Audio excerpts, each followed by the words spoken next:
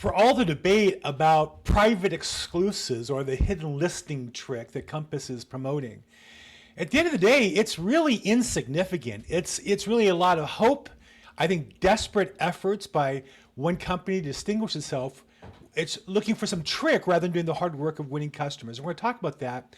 I'm Bill Gross. This is my weekly real estate market update. Last week, we talked about Compass's hidden listing trick and how it really, by any statistical analysis publicly available, did not work for the customers. Didn't work for buyers who were being fooled about statistics. Didn't work for sellers who were not getting homes top dollar and not getting it done quickly, despite Compass's claims, and how Compass's data was so severely flawed and remarkably not updated. This week, I want to look at the marketing of it and how it's been so deceptively promoted to those of us in the industry. So you maybe have seen this graphic. If you're in the business, you might have seen this. Let me pull it up a little bit here. I got the wrong spot there. Oops.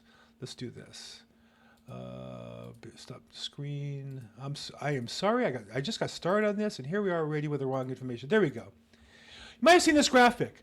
25% of homes for sale 1 week before any other site, and Compass, and it looks like it's a billboard. Now, you know, oftentimes you just scroll through news, you see a picture, and they say picture's worth 1,000 words. And this was done by one agent. As far as I can tell, this was created by this one guy back in December 2024 when the program was first announced. It wasn't real. It wasn't real in any particular market. It wasn't like an agent who had, say, one listing where there are four put this billboard up, because that's really what the numbers would work out to be. It was just a graphic to talk about the program, and good to that agent because it seemed to get a lot of attention. One of the things that happens is the real estate industry has no real authentic source of news, other than yours truly, I would say. And I want to show you how it was used deceptively by one of the, I thought, independent thought leaders, Mike Del Prete, who's a professor of real estate. So here you are. Here's his website a few months later in April. And he covers, he uses the exact same graphic. And the title of his blog post is The Business Case for Exclusive Inventory. Now, the truth is, the business case is really more of a case why a company can profit in the short run by fooling its customers and leveraging that against its own agents. Because there's nothing in here that says good for a customer, a seller, or a home buyer. The opposite. He just asks the question, leaves it hanging. But he uses, of all things, this same deceptive graphic, which again, coupled with his title, to me, this thing reads like an advertisement for Compass's program. Now, this is a guy who theoretically is an independent voice, and he has blog posts criticizing major players, and he has a program where he interviews different industry leaders to talk about the business. But this, to me, was just a blatant pro-company advertisement for the program.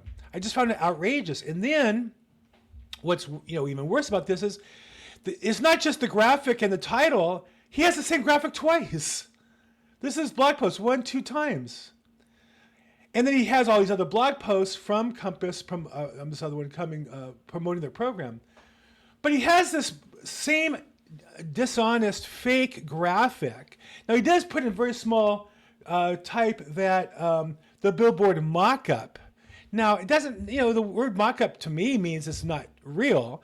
Maybe he's saying somebody, I don't know what he's saying there. Here's what I'm saying. The graphic is bad. It shouldn't be in an academic or intelligent review of the subject matter. But putting it twice, to me, again, is just making it seem to be much more legitimate than it really is. And so when does an academic put business marketing and analyze it uncritically? He didn't look on the website for their claim about how it's homes sold for more and sold faster, which I went through in detail. He didn't do that at all. Now, again, he makes his money by having putting on classes at his university and having these speakers come in. Do these people get paid? Like, did the CEO of Compass get paid to come in? Or is he coming for free because he's getting such favorable treatment on the blog post for a question asked? And then turns around, Mike Del Prete gets paid to speak at events throughout the industry, and then he blog posts about them, doesn't disclose in the blog post that I've ever seen that he gets paid. If he's doing it for free, good for him. I don't think that's the case. So he has expenses and such. So again, this is where the real estate news starts to become really more marketing and paid advertising, I think. And I think all these things, if you're an academic, you should have a higher standard than you're just a real estate agent promoting your business. Now, Well, is even further. Mike DePret goes even further, I think, off the edge. 6 months later, he evaluates the program kind of in a retrospective, and he this is a worse graphic. Changes it from 25% to 50%. Now, Bill, why is that the worst graphic? Because nowhere is Compass claiming to have 50% market share of these hidden listings. Mike DePret's own numbers, he shows how many listings they have, and then the percentage of their total he has in another blog post right here. That even Compass, it never got much above 25%, and wasn't above it for long. It came down below that, never getting close to 50. So why would you have a graphic saying 50% when even 25% is an exaggeration? And again, this is not a business person. This is a academic, a professor of real estate. Now let's use some statistics here. If Compass, once they close the acquisition, haven't done yet, well, about 20% of the agents in America in their agency, which means that if every one of their listings was using their hidden listing trick, that'd be 20% of the market, not even 25, not even close to 50. And in fact, he knows this because he put the stats that showed how many listings they have, and it's about less than 9,000. Now, what I'll say is I took it a step further, not that I'm any big genius. I just went to ChatGPT and said, well, how many listings in the United States? Plot that against the graph that Mike DePret has. The red line here at the bottom is Compass's total, and the black line are the total number of listings in America. And it's kind of evened out or averaged out. But my point is, look at the gap. If you're buying a house, would you look at just the red number and think you've seen the marketplace?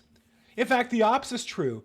The total of Compass listings is about at the highest was 0.62%.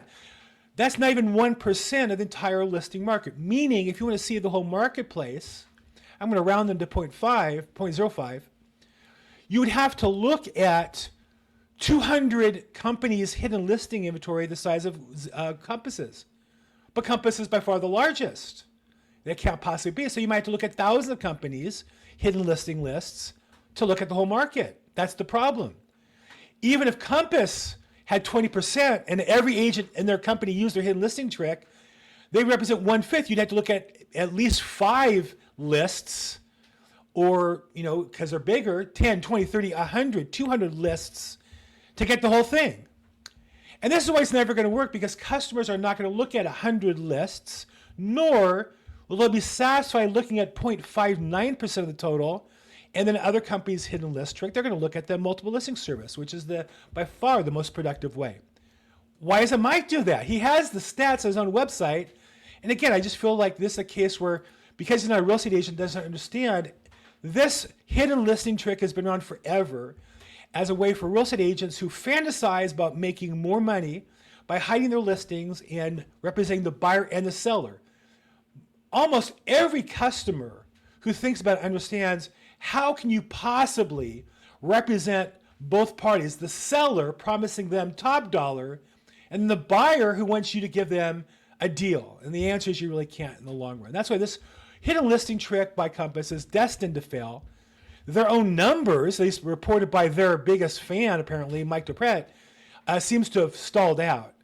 And even where it is, it's a long ways from being successful. Now, why isn't that being told in the marketplace? I don't know. I don't know why nobody else has pointed out the numbers and how this program is just as an abject failure. I do notice that last week, Compass relaunched some social media marketing to push their agents to re-promote the program. But the truth of this is, and I'm going to make a prediction, that program is going to fail. It's going to disappear within 6 months from the topic of conversation. And I'm left wondering, why are people supposed to be sharing accurate information in the marketplace? Why are they not doing their job properly, or why are they showing such misleading information with impunity? I have no explanation as to why that is. Okay, so let's go on into the regular marketplace and take a look at the statistics and see where the market is today. I would say that in any market you have supply and demand, and demand is indicated by interest rates in the real estate market. You can see rates again inched up ever so slightly, 6.3%, but we've been in the range of the lowest rates for last year, among the range of the lowest the last 3 years. And demand has continued to increase. This is the gray the gray is the mortgage applications, which the ending of the week was 164.3 is the number. I think it's comparing 1990 at 100. So it's just saying that how many people are applying for purchase applications, looking to buy a house. In the beginning of the year, we're down to 136. So it shows you about 20% more people are looking for homes today than in January. And that's because as interest rates go down, applications go up. And economists make it sound like it's some sort of, wild principle. It's a scientific fact. When you make the value of your product cost less, when it costs less, demand will go up. That's just how science works. It's like gravity or thermodynamics. It's the way life works. Okay, and then on the inventory side, how many homes are for sale? Again, the number's about the same, where we have inventory that is dropping, which is the case seasonally. But when we compare it to prior years, our inventory today is still lower than any level other than COVID years. It's higher than all the COVID years. But again, I think that's misleading because other than COVID, we're still at historic low levels of inventory, which means as long as inventory is low, home prices cannot go down dramatically. They can inch down, maybe they should inch down, make it be more affordable, but we can't have a housing crisis nationally. We might in certain markets, but we can't nationally. And then Los Angeles' market had been inching towards a more even market, which is 30. Today we're at 33. We came down to 33 last week and stayed there again, according to Altos Research. So the market here in Los Angeles is, softer than it was a year or two ago, but I think more of a normal market. Okay, let's talk about the real estate market overall and the news of the week. Under the section of you just can't hate Zillow enough, Housing Wire did this exhaustive study trying to list all the lawsuits, all the people who are suing Zillow. And the list of people suing Zillow includes the largest real estate company, Compass, the fastest growing competitor on the internet, which is CoStar, which is also their largest competitor in the commercial space. One of the first employees of Zillow is suing them for wrongful termination, the federal government, Federal Trade Commission, state governments over their collaboration with Redfin on rents, and then class action lawsuit for illegally paying kickbacks. So I think Zillow is probably being sued by almost every major player in the market, whether it be federal government, state government, major corporations, or individual customers. And I think it just shows you they're a company that plays with very sharp elbows, and I don't know about the value they create in the marketplace. They were first to have an internet searchable website, and now that's pretty ubiquitous. They were one of the first to have a value estimator. Back then it was scientifically accurate. Nowadays it's just more of a marketing gimmick, and other people have been able to do the same thing. So I'm just not sure what they do that keeps them competitive other than muscling other companies and then, in this case, getting sued. Though not to be left out, Redfin, another company you should hate, announced, or I should say were confronted with the facts that user data was hacked. And I just find it fascinating. This fact's not reported by Redfin that I could find anywhere, and a Google search didn't pull it up. But it was in a couple news sources, very small, hardly reported. We have no idea how many. They didn't release the number. They didn't disclose that they were confronted weeks after it happened, and it happened weeks before that, before they confronted it. And so, well, not to worry, it was just contact information, name, address, phone number, email. The people send you spam and make you robocalls and maybe act as you in financial matters, try to steal your finances and such. Nothing to worry about here. So Redfin, again, a company that failed and is being bought by Rocket Mortgage, just giving away our contact information. Nothing to worry about. Don't warn the customers. Don't put out a release explaining people what to do to defend themselves. Just they got hacked and nothing really to see here. Okay, that's the news I have for the week. What do you see? If I can help in any way, please reach out. If you like this, please like it, subscribe, send me a comment. Am I too harsh on Compass? I don't think so. Am I too harsh on Mike Dopret? He was one of my real heroes for a while, but seems to have sold out. At least on his work on Compass was very, very pro. I think a very, very bad concept. But what do you think? Let me know. I'm at Bill Gross Probate on social media. As always, make today your best day ever.